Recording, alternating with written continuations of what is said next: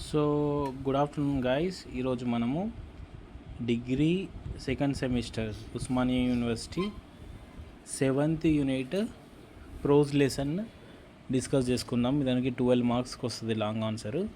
ఈ answer discuss చేద్దాం ఈరోజు. About the author and summary. About the author first మనం అబౌట్ ద ఆథర్ చూద్దాం. సో లెసన్ టైటిల్ వచ్చేసి how it feels to be coloured me. How it feels to be coloured me by Zora Neale Hurston. Zora Neale Hurston. ఈ spelling practice చేయండి, spelling mistake చేయొద్దు. Lesson name, author name same as it is ఇట్లాగానే capital letters H capital, F capital, B capital, C capital, M capital అట్లా same ఇలా రాయాలి. First about the author గురించి చూద్దాం. Zora Neale Hurston was an important African American writer. So Zora Neale Hurston అనే ఆమె African American writer, anthropologist and folklorist of the Harlem Renaissance period. ఈమె Afro American అంటే black women. మీరు చాలా పోయమ్స్లో చూస్తారు కదా, బ్లాక్ పీపుల్ కొంతమంది అమెరికాలో సెటిల్ అవుతారు, వాళ్ళను ఈ వైట్ పీపుల్ డిస్టర్బ్ చేస్తారు, వారు ఇబ్బంది పెడతారు. అట్లాంటిది ఇది కూడా కొంచెం అట్లాంటిది, కానీ కంప్లీట్ డిఫరెంట్ పర్స్పెక్టివ్గా. She was born in 1891. So this Zora Neale Hurston was born in 1891 in Alabama and grew up in Eatonville, Florida. Florida అనేది అమెరికాలో ఒక ప్లేస్. ఫ్లోరిడా అనేది ఒక place. One of the first all black towns in United States. ఫ్లోరిడాలో ఎక్కువ మంది black people ఉన్న ప్లేస్లో ఈమె పుట్టింది, పెరిగింది. అమెరికాలోనే కానీ మెజారిటీ వాళ్ళ ఊళ్ళో మాత్రము ఎక్కువ మంది బ్లాక్ వాళ్ళే ఉంటారు, బ్లాక్ పీపులే ఉంటారు. Hurston studied anthropology and collected African American folk tales. So anthropology UPSC సబ్జెక్ట్లో ఆంథ్రోపాలజీ ఉంటుంది కదా, అట్లా ఈమె ఆంథ్రోపాలజీ చదివింది. తర్వాత కలెక్టెడ్ ఆఫ్రికన్ అమెరికన్ ఫోక్లోర్ అంటే ఈమె కల్చర్స్ గురించి చదువుతారు. ఆంథ్రోపాలజీ అంటే కూడా కల్చర్స్ గురించే ఉంటుంది. ఈమె ఆఫ్రికన్ అమెరికన్ ఫోక్ టేల్స్ అంటే మన ప్రాచీన కాలం నాటి కథలు ఉంటాయి కదా, అట్లాంటి కథలు దాని మీద స్టడీ చేసిందనమాట. And cultural tradition, African American cultures and traditions పైన ఈమె చదువుకుంది. ఇవి ఆమె ఇంట్రెస్ట్ అన్నట్టు. Her writing is known for its lively language. ఆమె రైటింగ్లో మంచి lively language, confidence and humour and celebration of black culture. అంటే ఆమె ఈ రాథర్ జోరా నీల్ హాస్టన్ ఈమె స్టోరీలో ఏం చెప్తుందంటే, ఈమె చాలా ప్రాబ్లమ్స్ ఫేస్ చేసింది వైట్ పీపుల్లో, బట్ అంత ఎమోషనల్గా విక్టిమ్ కార్డ్ లాగా చెప్పకుండా కొంచెం డిఫరెంట్ పర్స్పెక్టివ్లో ఈ లెసన్ ఉంటుంది. Some of her famous works include their eyes were watching God, their eyes were watching God and the essay. Their eyes were watching God అనే ఒక లెసన్. తర్వాత the essay how it feels to be coloured me. ఓకేనా, ఈ how it feels to be coloured me ఇవి రెండు ఆమె రైటింగ్స్. తర్వాత ఇది one of the famous. Hurston believed in self respect, individuality and inner strength rather than self pity. ఈమె self pity అంటే చాలా కుంగిపోవడము, బాధపడడం కంటే ఇండివిజువాలిటీ, సెల్ఫ్ రెస్పెక్ట్ పైన ఎక్కువ ఫోకస్ చేసింది. అంటే ఈమె నాకు ఇబ్బంది కలిగింది అని, వైట్ పీపుల్ వల్ల నాకు ప్రాబ్లం వచ్చిందని కాకుండా కొంచెం పాజిటివ్గానే ఉంది. ఎవ్రీ ఛాలెంజెస్ని సీరియస్గా తీసుకొని ఆమె లైఫ్ ముందుకు వెళ్ళింది. ఓకేనా. Next, her works become highly respected after her death. ఆమె చనిపోయిన తర్వాత చాలా రెస్పెక్ట్ వచ్చిందన్నట్టు, చాలామంది చదవడం స్టార్ట్ చేశారు. and today she is considered one of the greatest voices in American literature. American లిటరేచర్స్లో ఈమెన్ వన్ ఆఫ్ ద గ్రేటెస్ట్ వాయిసెస్గా డిస్క్రైబ్ చేస్తారు అన్నట్టు. ఓకేనా. అమెరికన్ లిటరేచర్ అంటే అమెరికన్స్ రాసిన బుక్స్ని మనం అమెరికన్ లిటరేచర్ అంటాము. తర్వాత ఇండియన్స్ రాస్తే ఇండియన్ ఆథర్స్, ఇండియన్ రైటింగ్స్ అని అంటాం. Indian writings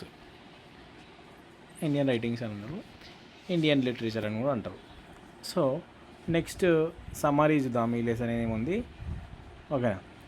In this essay, How It Feels to Be Colored Me, Zora Neale Hurston expresses her strong sense of identity and confidence as a black woman in America.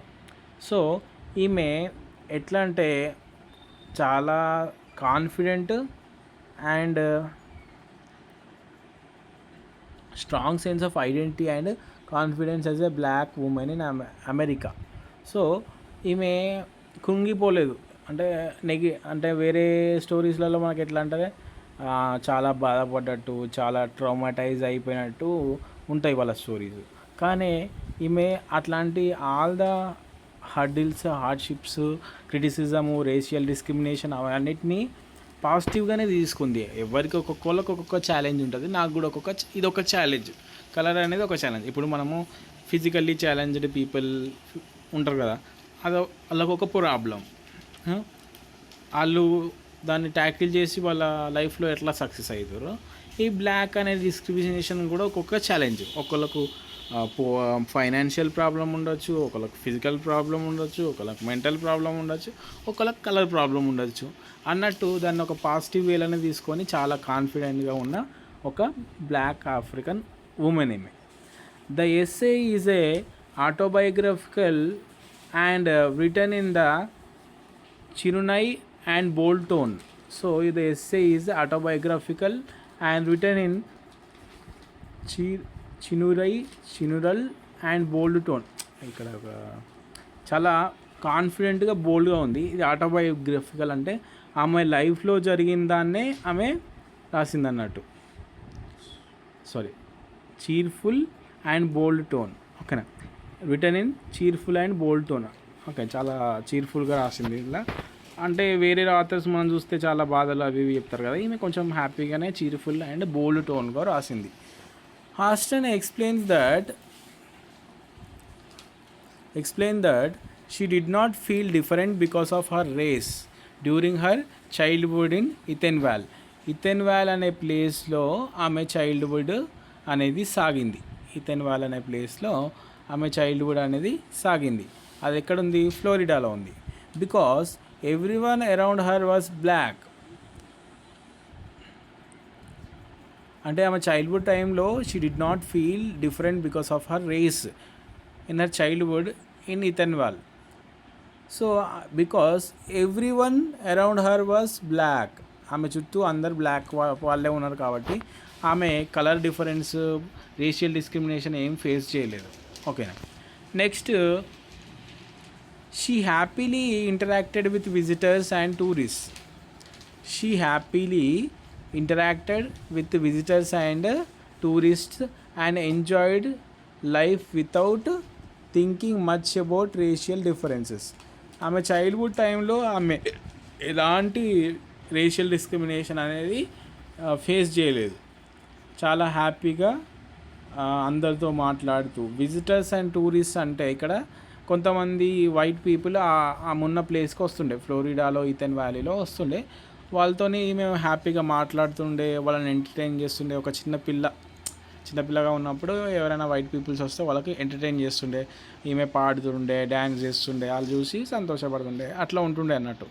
ఆమె ఏమీ racial discrimination face చేయలేదు చిన్న ఉన్నప్పుడు. Next,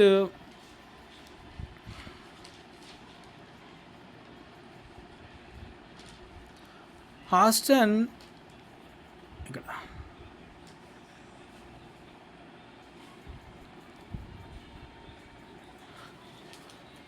Hostin says that her awareness of being colored began when she moved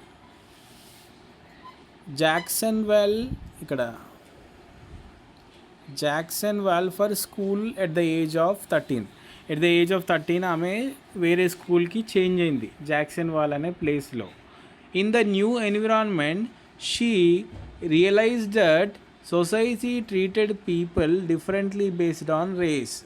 ఆ స్కూల్కి వెళ్ళినాక సొసైటీలో people racial discrimination అనేది చేస్తారనే విషయం ఎట్ ద ఏజ్ ఆఫ్ 13 ఏళ్ళ అప్పుడు అయిన తర్వాత వేరే స్కూల్కి వెళ్ళడం వల్ల తెలుస్తుంది అన్నట్టు ఆమెకు ఇట్లాంటిది ఒక థింగ్ ఉందని. తర్వాత however instead of becoming sad and bitter, ఆ రేషియల్ డిస్క్రిమినేషన్ ఆమె ఫేస్ చేసినప్పుడు అందరిలాగా బాధపడి కృంగిపోకుండా she choose to remain proud and confident about herself. ఇక్కడ అబౌట్ హర్ సెల్ఫ్ అంటే రేషియల్ డిస్క్రిమినేషన్ ఫేస్ చేసిన తర్వాత కూడా ఆమె కాన్ఫిడెంట్గానే ఉంది. ఓకేనా. She clearly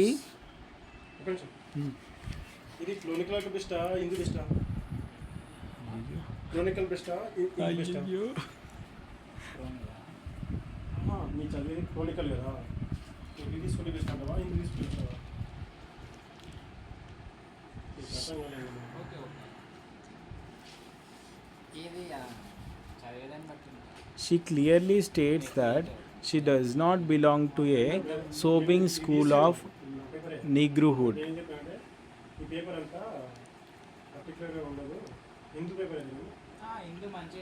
She clearly states that she does not belong to sobbing school of Negrohood, meaning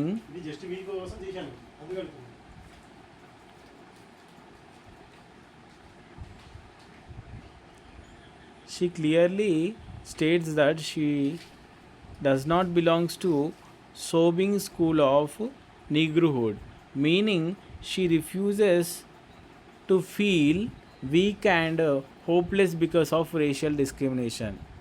అంటే ఆమె ఎట్లా చెప్తుందంటే, నేను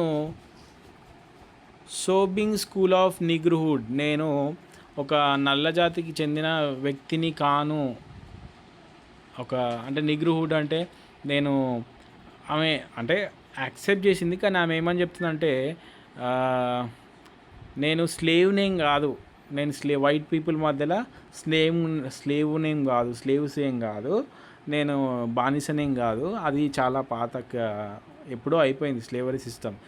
ఇప్పుడు వాళ్ళు స్టూపిడ్గా ఈ రేషియల్ డిస్క్రిమినేషన్ అనేది కంటిన్యూ చేస్తున్నారు. దాన్ని నేను యాక్సెప్ట్ చేస్తే దానివల్ల నెగిటివే ఉంటుంది కానీ పాజిటివ్ ఉండదు. కాబట్టి నేనేం దాన్ని పట్టించుకోను అని చెప్పేసి అట్లా ఆ వేలో ఆమె థింక్ చేస్తున్నట్టు. Meaning she refuses to feel week and hopeless because of racial discrimination. ఆమె ఏలాంటి పాత దాన్ని పట్టుకొని వేలాడకుండా ఉండాలని ఆమె థాట్ అన్నట్టు. The writer compares herself to a brown bag of miscellany. So ఆమె ఈ స్టోరీలో ఆమె ఈ how it feels to be coloured మీలో ఆమెను ఒక బ్యాగ్ లాగా, బ్రౌన్ బ్యాగ్ లాగా డిస్క్రైబ్ చేసింది ఫిగరేటివ్గా. నేను ఒక బ్రౌన్ బ్యాగ్ ఆఫ్ మిస్సెలరీ, ఒక యూజువల్ ఒక బ్యాగ్ని, బ్రౌన్ బ్యాగ్ని అని డిస్క్రైబ్ చేసింది. Filled with different valuable items. నా బ్యాగ్, నేను ఒక బ్యాగ్ని, బ్రౌన్ కలర్ బ్యాగ్ని, నాలో చాలా వాల్యుబుల్ ఐటమ్స్లో ఉన్నాయి. Through this comparison, she suggests that all human beings are similar inside regardless of race or skin. So ఆమె ఏం చెప్తుందంటే, మనం మనుషులందరము ఒక బ్యాగ్లు అయితే, నేను ఒక బ్రౌన్ బ్యాగ్ను, కొంతమంది వైట్ బ్యాగులు ఉంటారు, కొంతమంది ఇంకో బ్యాగ్, అంటే డిఫరెంట్ కైండ్స్ ఆఫ్ బ్యాగ్స్ లాగా డిస్క్రైబ్ చేసింది. కానీ లోపల ఉండేదైతే సేమ్. కాబట్టి regardless of skin colour everything is same inside. అంటే ఒక బ్లడ్ వస్తే ఎవరికైనా సేమ్ బ్లడ్ వస్తుంది అన్నట్టు కొంచెం ఫిగరేటివ్గా ఒక బ్యాగ్ లాగా డిస్క్రైబ్ చేసింది ఆమె. నేను ఒక బ్రౌన్ కలర్ బ్యాగు, వేరే వాళ్ళు వైట్ కలర్ బ్యాగ్ అవ్వచ్చు, లోపల ఉండేదైతే సేమే కదా అన్నట్టు ఎక్స్ప్లెయిన్ చేసింది. తర్వాత according to Hurston, race is only a outer covering. Race అనేది ఒక outer covering, while the inner qualities of the people what truly matters. లోపల ఏమున్నది అనేది ఇంపార్టెంట్ అని చెప్పేసి ఆమె అట్లా చెప్పింది. People what truly matter, the inner qualities of people what truly matters, లోపలే ఏముంది అనేది ఇంపార్టెంట్ అనేది ఆమె point. Next, Hurston also describes a moment in a jazz club. ఆమె ఒక బ్యాగ్ లాగా డిస్క్రైబ్ చేసింది, తర్వాత ఇంకో ఇన్సిడెంట్ కూడా చెప్తుంది. ఆటోబయోగ్రఫికల్ కాబట్టి ఆమె లైఫ్లో ఏం జరిగిందో అది చెప్తున్నట్టు. జాజ్ క్లబ్ అంటే ఆమె ఇంకో ఫ్రెండ్తో కలిసి ఒక క్లబ్కి వెళ్ళింది. Where music makes her feel deeply emotional and energetic. ఆమె ఒక మ్యూజిక్ కాన్సర్ట్కి వెళ్తుంది, అక్కడ ఆమె చాలా ఎనర్జెటిక్ అండ్ ఎమోషనల్గా ఫీల్ అవుతుంది ఆ పాట వింటున్నప్పుడు. హర్ వైట్ కంపానియన్, ఆమె ఒక వైట్ ఫ్రెండ్తో వెళ్ళింది. Her white companion however does not react the same intense way. ఈమె ఇంకో వైట్ ఫ్రెండ్తో కలిసి ఒక పార్టీకి వెళ్ళింది, అంటే లేటర్ పాయింట్ ఆఫ్ హర్ లైఫ్లో. అప్పుడు ఒక కైండ్ ఆఫ్ మ్యూజిక్ అతను ప్లే చేసిండు, అప్పుడేమో ఈమె చాలా ఎమోషనల్గా ఎనర్జెటిక్గా ఫీల్ అయింది. ఆమె వైట్ ఫ్రెండ్ ఏమో అసలు ఏం ఇంటెన్సీ లేకుండా నార్మల్గా ఉంది. This incident highlighted cultural differences. దీనివల్ల ఆమెకు కల్చరల్ డిఫరెన్సెస్ అనేది ఒకటి ఉంటుంది, దానివల్లనే పీపుల్ అట్లా రియాక్ట్ అవుతారు. But also shows Hurston's rich emotional connection to her heritage. అంటే ఆ పాటను వింటుంటే ఆమెకు గూస్ పింపుల్స్ వచ్చినాయి అన్నట్టు, గూస్ పంప్స్ వచ్చినాయి. The essay ends on optimistic note. అంటే ఆమె ఆప్టిమిస్టిక్గానే ఉంది. ఛాలెంజెస్ అందరికీ ఉంటే నాకు ఒక ఛాలెంజ్ వచ్చిందని ఆప్టిమిస్టిక్, అంటే ఆల్వేస్ పాజిటివ్ అన్నట్టు.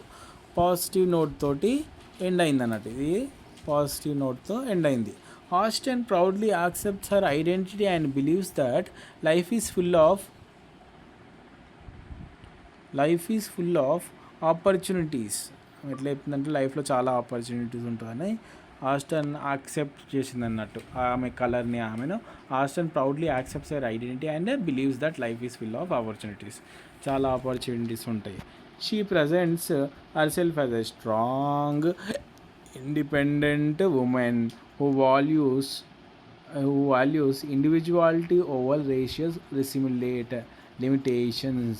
ఆమె ఇండివిజువాలిటీకి ఎక్కువ వాల్యూ ఇస్తుంది over racial discrimination. The essay is inspiring because it teaches the reader the importance of self-confidence, dignity and positive thinking. Conclusion. The essay is conclusion రాశి. The essay is powerful expression of racial pride and personal identity. ఇది ఒక powerful expression of racial pride and personal identity. అంటే మనం ఎట్లా accept మన బాడీని, మన కలర్ని మనం యాక్సెప్ట్ చేస్తే ఎంత కాన్ఫిడెంట్ ఉండొచ్చు అనేది ఈమె లైఫ్ అనేది ఒక example. Through humour, confidence and vivid example, Zora Neale Hurston ఆమె కొంచెం హ్యూమర్ని యూజ్ చేసింది, కాన్ఫిడెన్స్ అండ్ వివిడ్ ఎగ్జాంపుల్స్, బ్యాగ్ని కంపేర్ చేయడము, తర్వాత వాళ్ళ ఫ్రెండ్తో కలిసి మ్యూజిక్ క్లబ్కి వెళ్ళడము, అట్లాంటి 2 ఎగ్జాంపుల్స్ కూడా చూసింది. Zora Neale Hurston shows that a person should not feel limited by race. ఆమె ఏం చెప్పిందంటే Zora Neale Hurston shows that a person should not feel limited by racial ప్రాబ్లమ్ని ఒక పట్టుకొని దాంతో అంత లైఫ్ అంతా నాశనం చేసుకోవద్దు అన్నట్టు చెప్పింది. The essay encourages readers to celebrate their individuality. అంటే చదివే వాళ్ళందరికీ చెప్తుంది celebrate their individuality, face life with courage and optimism. లైఫ్ని కరేజియస్గా, ఆప్టిమిస్టిక్ అంటూ ఫేస్ చేయాలని చెప్పేసి చెప్పింది. Thank you. Subscribe my channel.